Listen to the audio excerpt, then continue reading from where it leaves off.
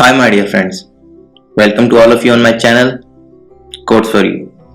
उम्मीद करता हूँ आप सब खैरियत से होंगे। तो चलिए शुरू करते हैं। आज का जो हमारा टॉपिक है वो क्या है, इफ कंडीशन इन C++। ठीक है कि इफ कंडीशन क्या होती है, हम कैसे यूज करते हैं। ठीक है, C++ में इफ कंडीशन इसी तरह होती है जिस तरह हम कहते हैं अगर।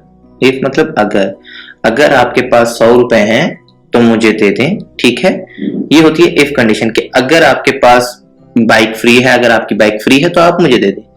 कंडीशन हम इसे कहते हैं कि अगर आपके पास या अगर। ठीक है, तो शुरू करते हैं। सबसे पहले हमने क्या करना है, हैश इंक्लूड लेस देन का और ग्रेटर देन का साइन डाल के इसके बीच में हमने IOStream। ठीक है, IOStream हम लिख लेते हैं, ये हमारे पास हेडर फाइल होती है। ठीक है, जो हमें सी आउट और सीन वगैरह इन सब में हमें हेल्प आउट करती है। यहाँ पे हमें इसके साथ .h वगैरह लिखने की जरूरत नहीं पड़ती है। ठीक है, क्योंकि .h वगैरह वो सी में हम लिखते थे, ये C++ एडवांस है उससे। तो इसके बाद हमने क्या लिखना है, यूजिंग नेम स्पेस std। अब ये हम देखें std इसलिए लिखते हैं कि लाइब्रेरी है ये। ठीक है, फीचर है, लाइब्रेरी फीचर है इसका, हमें ये टास्क परफॉर्म्स करने में हेल्प आउट करते हैं। ठीक है, हमें बार बार लिखने की जरूरत नहीं पड़ती। अगर आप सी में देखें तो आपको std डबल कॉलम्स वगैरह लिख के उसमें कोड करना पड़ता है। यहाँ पे हम एक ही दफा इसको कर देते हैं, डिफाइन करते हैं, तो हमें बार बार लिखने की जरूरत नहीं पड़ती है। ओके, अब हम क्या करेंगे, हम एक फंक्शन डिक्लेयर करेंगे जो हमारा मेन फंक्शन होता है। बेसिकली फंक्शन डिक्लेयर करने का क्या होता है कि हम डेटा टाइप के हमें वो क्या रिटर्न कर रहा है, तो हम उससे एक इंटीजर रिटर्न ले रहे हैं। ठीक है, तो हम इंट लिख के मेन और ब्रैकेट, ये होता है इंट मेन, जो इनकी मेन फंक्शन होते हैं। ठीक है, अच्छा, इफ कंडीशन के लिए अब हमने सबसे पहले जो क्या करना है, हम एक वेरिएबल ले लेते हैं। ठीक है, फॉर एग्जांपल मैं लेता हूं इंट m। अब ये हमने क्या किया, वेरिएबल लिया इंटीजर डेटा टाइप का। ठीक है, अब हम इसमें क्या करते हैं, हम कंडीशन अब चेक करेंगे। फॉर एग्जांपल हम कहते हैं सी आउट इंटर योर मार्क्स। ठीक है, अब ये क्या करेगा, अब हमें ये मार्क्स शो कर। ठीक है, हम इससे अब सीन लेंगे। सीन क्या होता है, मैंने अपनी पिछली वीडियोस में आपको बताया हुआ है, आप वहां से देख सकते हैं। ठीक है, तो इंटर योर मार्क्स, अब हम क्या कर रहे हैं, सीन ले रहे हैं यूजर से m में। ठीक है, अब हमने m में सीन लेना है। अब जब यूजर हमें इनपुट देगा, यूजर के इनपुट के बाद अब हमने कंडीशन लगाना है। तो इफ कंडीशन हम किस तरीके से यूज करते हैं, इफ का हम ये लगाते हैं, इफ लिखते हैं। ठीक है, और हम कर्ली ब्रैकेट्स। ठीक है, हम ये ब्रैकेट्स ओपन करके ब्रैकेट के अंदर कंडीशन हम लिखते हैं। बेसिकली हमारे पास कंडीशन किस तरीके से लिखी जाती है, कंपैरिजन ऑपरेटर्स के जरिए। ठीक है, कि हम कंपेयर करते हैं वैल्यूज को या कुछ भी कंडीशन को हम कंपेयर। हमारे पास कंपैरिजन ऑपरेटर्स कौन से हैं, डबल इक्वल साइन है, less than, greater than, less than, equal to. ठीक है, नॉट इक्वल टू, ये सब हमारे पास कंपैरिजन ऑपरेटर्स हैं। तो अब हम फॉर एग्जांपल लिखते हैं इफ m, हमने क्या किया, मार्क्स। ठीक है, जो मार्क्स हमारे पास आएंगे, if m is less than 50।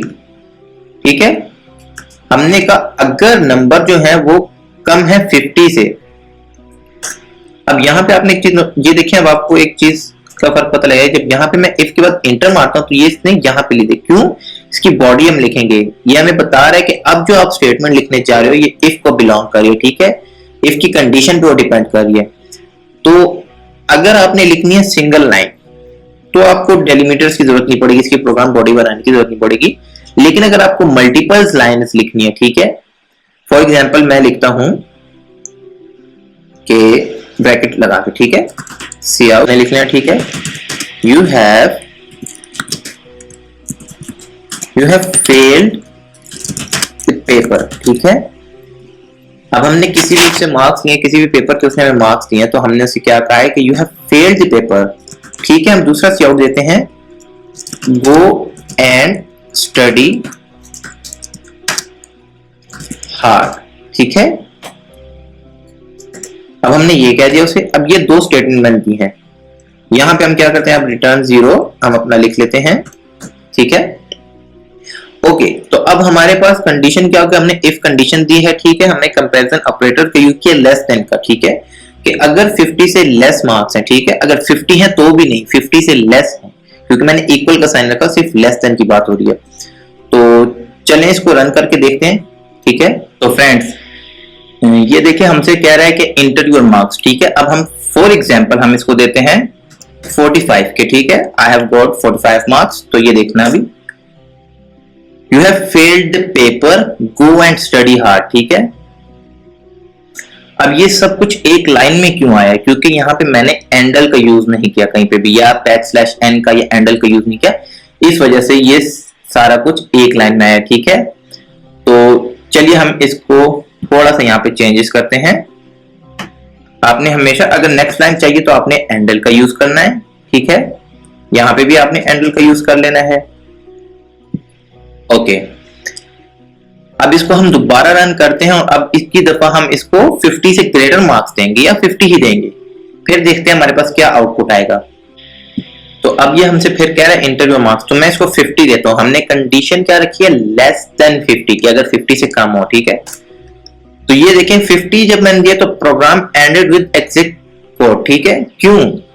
क्योंकि कंडीशन फेल हो गई है, और जब कंडीशन फेल हो जाएगी तो इफ के साथ जो आपने स्टेटमेंट लिखी है ये एग्जीक्यूट नहीं होगी फिर। क्यों? क्योंकि आपकी कंडीशन फेल हो चुकी है।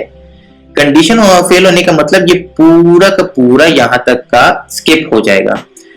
अब इफ को आप मल्टीपल टाइम भी यूज कर सकते हैं। For example if marks is greater than, ठीक है, ग्रेटर देन 50, ठीक है, या इक्वल टू, क्योंकि हमने अब 50 को भी इंक्लूड करना है तो ग्रेटर और इक्वल टू 50।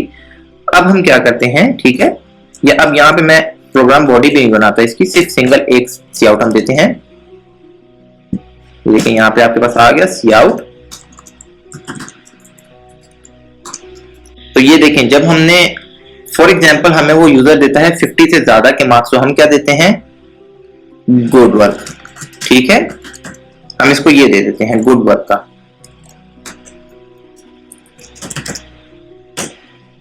अगर 50 से ज्यादा है तो हमारे पास क्या करो? गुड वर्क का इसको दे दो, ठीक है। अब हम दोबारा रन करके चेक करते हैं, लेकिन इनमें से एक ही स्टेटमेंट एग्जीक्यूट होगी, या ऊपर वाली या नीचे वाली। अगर आप 10 इफ कंडीशंस भी देते हैं ना, तो जो ट्रू होगी उसको एक्सेप्ट करेगा, बाकी को स्किप कर देगा फिर, ठीक है।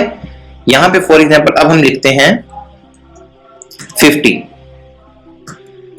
तो ये देखें क्या आया? गुड वर्क, ठीक है, गुड वर्क आया। अच्छा, तो फ्रेंड्स अब हम क्या करते हैं? अब हम इसकी थोड़ी सी कंडीशन को चेंज करते हैं। यहां पे अब मैं अगेन लेस देन का साइन लगा देता हूं, ठीक है। अब ऊपर एक इफ कंडीशन है, नीचे दोबारा एक इफ कंडीशन है, दोनों की क्या है? कंडीशंस भी सेम है, ठीक है। कंपैरिजन ऑपरेटर्स भी सेम है, वैल्यूज भी सेम दी हैं।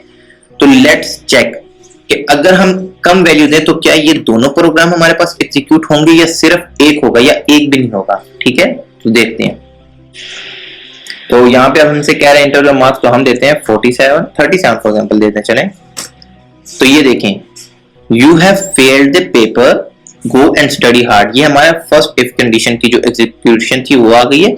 और ये सेकंड का हमने जो गुड वर्क लिखा तो खैर दूसरी चीज के लिए था, लेकिन इसमें भी वही स्टेटमेंट आ गई।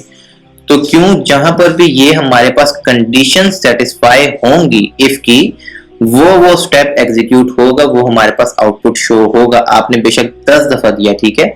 आप एक प्रोग्राम में इफ की कंडीशन 10 दफा यूज करें सेम कंडीशन से, उससे फर्क नहीं पड़ता, लेकिन इफ की कंडीशन जिधर ट्रू होगी वो उसको एग्जीक्यूट करेगा। तो होपफुली आपको समझ लग गई होगी। किसी किस्म की कोई कंफ्यूजन है तो आप कमेंट बॉक्स में मुझसे पूछ सकते हैं, और देखते रहिए कोड्स फॉर यू। मिलते हैं अपनी नेक्स्ट वीडियो में, तब तक के लिए अपना ख्याल रखिए। अल्लाह हाफिज।